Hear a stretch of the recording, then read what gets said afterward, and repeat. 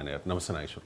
Operation సింధూర్పై Congress party తన విమర్శల్ని అనుమానాల్ని continue చేస్తూనే ఉంది. కాంగ్రెస్ పార్టీ అధ్యక్షుడు మల్లికార్జున్ ఖర్గే ఆపరేషన్ సింధూర్ని ఒక చిన్న యుద్ధంతో పోల్చారు. చుత్ పుత్ వార్ అని మాట్లాడారు సార్. ఒకసారి బయట విందాం. ಅಥವಾ ನಮ್ಮ ಪಾಕಿಸ್ತಾನ ವಿರುದ್ಧ ನಾವೇನು ಘರ್ಷಣೆ ಮಾಡ್ತಾ ಇದ್ದೇವೆ, ಪಾಕಿಸ್ತಾನ ಕೆಲಸ ಅಂತೂ ಯಾವಾಗಲೂ ಬರೇ ಚುಟ್ಪುಟ್ಟು ಯುದ್ಧಗಳು ನಡೆದಿವೆ. ಅಥವಾ ನಮ್ಮ ಪಾಕಿಸ್ತಾನ ವಿರುದ್ಧ ನಾವೇನು ಘರ್ಷಣೆ ಮಾಡ್ತಾ ಇದ್ದೇವೆ, పాకిస్తాన్ ಕೆಲಸ ಅಂತೂ ಯಾವಾಗಲೂ బరే రైట్ సార్. మొదట్లో మోదీ ఎటువంటి నిర్ణయం తీసుకున్నా సపోర్ట్ చేస్తామన్న కాంగ్రెస్ పార్టీ ఆపరేషన్ సింధూర్ తర్వాత విమర్శలు చేస్తూ ఉంది. ఒక చిన్న యుద్ధం అంటూ ఉన్నారు ఖర్గే ఆపరేషన్ సింధూర్ని. చిన్న యుద్ధమా సార్? ఇప్పుడు చిన్న యుద్ధమా పెద్ద యుద్ధమా అనేది it's a matter of relativity. ఇప్పుడు రెండవ ప్రపంచ యుద్ధంతో పోలిస్తే అన్ని యుద్ధాలు చిన్నవే. ఇప్పుడు ఉక్రెయిన్ వార్ 3 ఏళ్ళుగా నడుస్తుంది. 3 ఏళ్ళుగా నడుస్తున్న ఉక్రెయిన్ వార్ను సెకండ్ వరల్డ్ వార్తో పోలిస్తే చిన్నదే కాదని ఎవరన్నా అనగలరా? సో ఇప్పుడు 1971 వార్తో పోలిస్తే ఇది చిన్నదే. కానీ అలా పోల్చడం కరెక్టా అనేది క్వశ్చన్. అలా పోల్చడం కరెక్టా? ఇప్పుడు మీకు దేనికి ఉండే ప్రత్యేకత, దానికి ఉండే ప్రాధాన్యత దానికి ఉంటుంది. ప్రతి దాన్ని కార్గిల్ యుద్ధంతో పోలిస్తే చిన్నదే, అనుమానం లేదు. కానీ కార్గిల్ యుద్ధంతో పోల్చాల్సిన అవసరం ఉందా? కార్గిల్ యుద్ధం కూడా 71 వార్తో పోలిస్తే చిన్నది. 71 వార్లో 90,000 పాకిస్తానీ సైనికులు లొంగిపోయారు.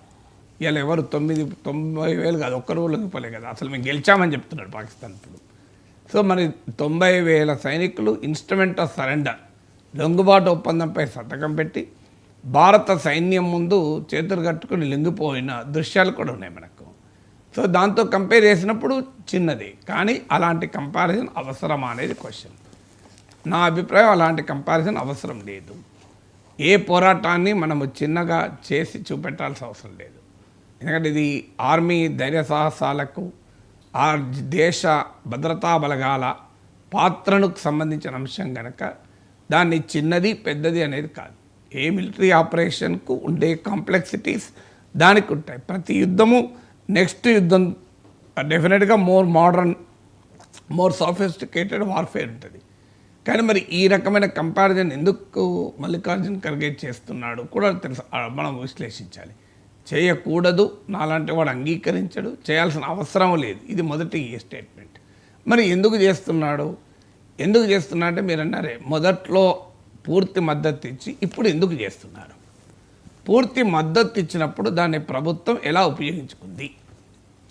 దాన్ని దేశ భద్రతాపరమైన అంశంగానే పరిగణిస్తే ప్రతిపక్షాలు కూడా అదే మద్దతు కొనసాగించేవి. కానీ ఏం జరిగింది? దాన్ని భారతీయ జనతా పార్టీ నరేంద్ర మోడీ ఖాతాలో వేసే ప్రయత్నం చేశారు. ఆ ప్రయత్నం చేసినప్పుడు రాజకీయ ప్రత్యర్థులు ఏం చేయాలి? ఖాళీ కూర్చోవాలా? అన్ని పార్టీలు కలిసి ఏకోన్ముఖంగా మీకు పూర్తి మద్దతు ఇస్తున్నాం, ప్రభుత్వం ఏ చర్య తీసుకున్నా మేము మీ వెనకాల ఉంటాం, ఇది దేశానికి సంబంధించింది అన్నప్పుడు దేశానికి సంబంధించిన దానిగానే ప్రధానమంత్రి దాన్ని ఉంచాలి కదా.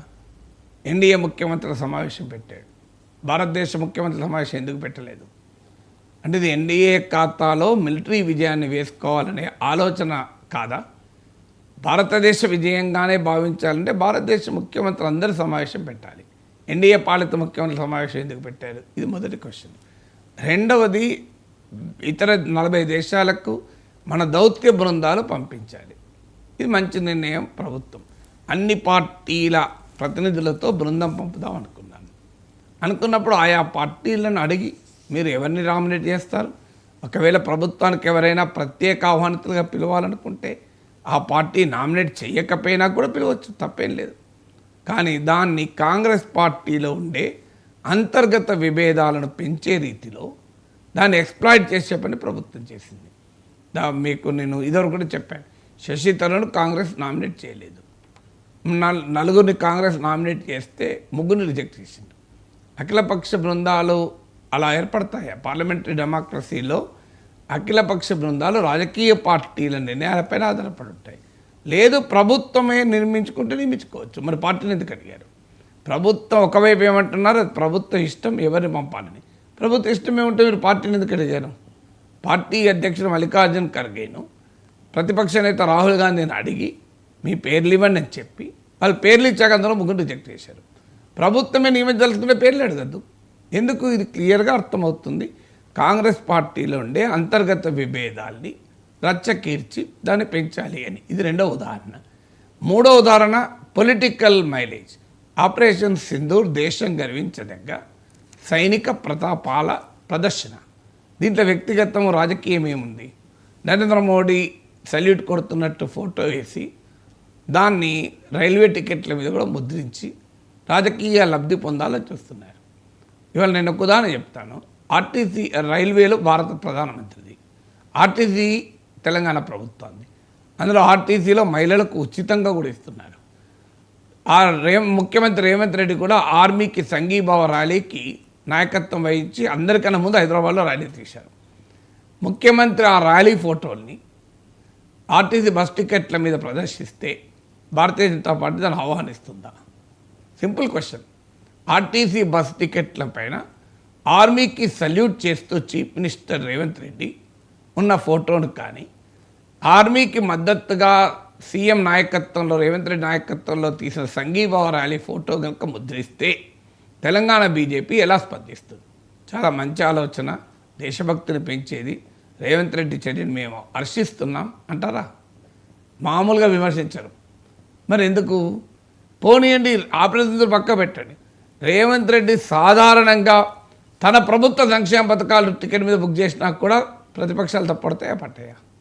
మరి దేశ సైన్యం సాధించిన విజయాన్ని, ఇండియన్ ఆర్మ్ ఫోర్సెస్ సైనిక బలగాలు సాధించిన విజయాన్ని ప్రధానమంత్రి రాజకీయ నిర్ణయాల్ని అభినందించడం తప్పలేదు. కానీ ప్రధానమంత్రి ఖాతాలో వేసి పార్టీ ఖాతాలో వేసే ప్రయత్నం చేసినప్పుడు ప్రతిపక్షాలు ఏం చేయాలి? దీన్ని అంగీకరించాలా? దేశం కొరకైతే మద్దతు ఇస్తాయి, బీజేపీ కొరకు మద్దతు ఇవ్వలేవు కదా. దేశం కొరకు ఉన్నంత కాలం ప్రతిపక్షాలు మద్దతు ఇచ్చాయి. మరి బీజేపీ కొరకు చేస్తున్నప్పుడు ఎట్లా మద్దతు ఇస్తారు? నాలుగో ఉదాహరణ చెప్తాను మీకు.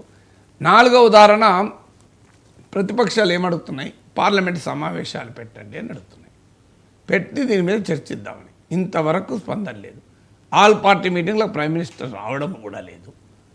అంటే దేశంలో డెమోక్రసీని నిన్న కూడా చెప్పాను. ఒక ప్రవచనకర్తను ఆలయంలో ప్రసంగించండి, ఫంక్షన్ హాల్లో కాదంటే ఆనందపడతాడు.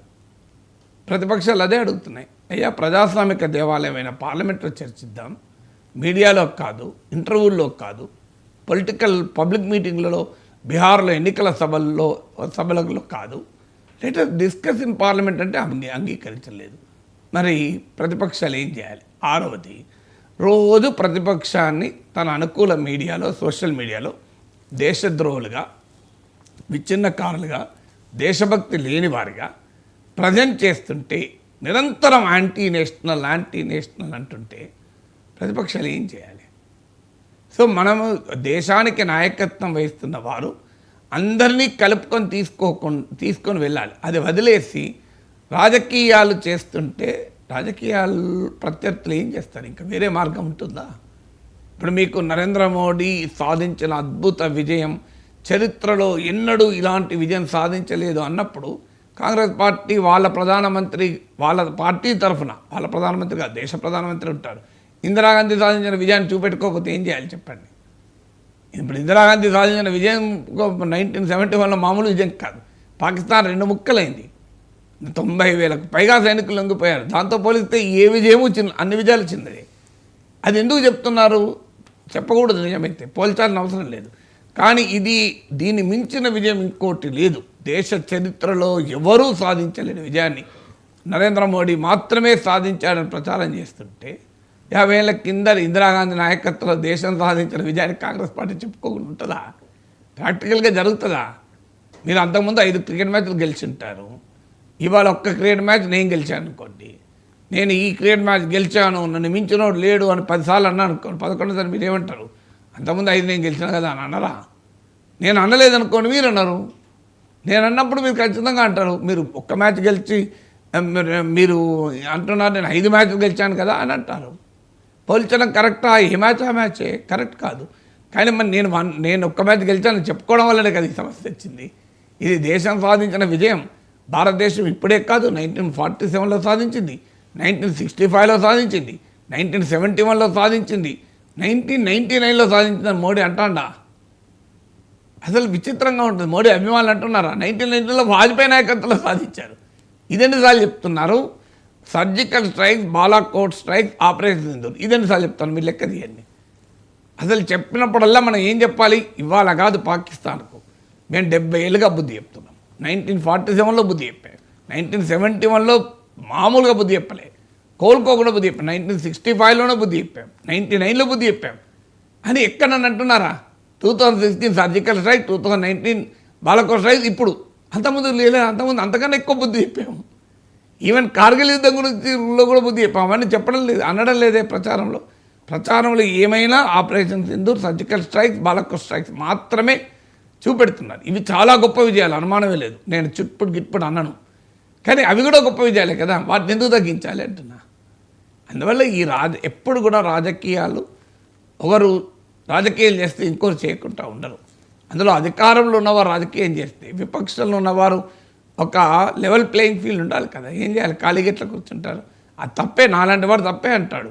సో బీజేపీ చేసినా కాంగ్రెస్ చేసినా తప్పే అంటారు. కానీ రాజకీయాలు తప్పొప్పుల మీద ఆధారపడి ఉండదు. రాజకీయాలు యాక్షన్ రియాక్షన్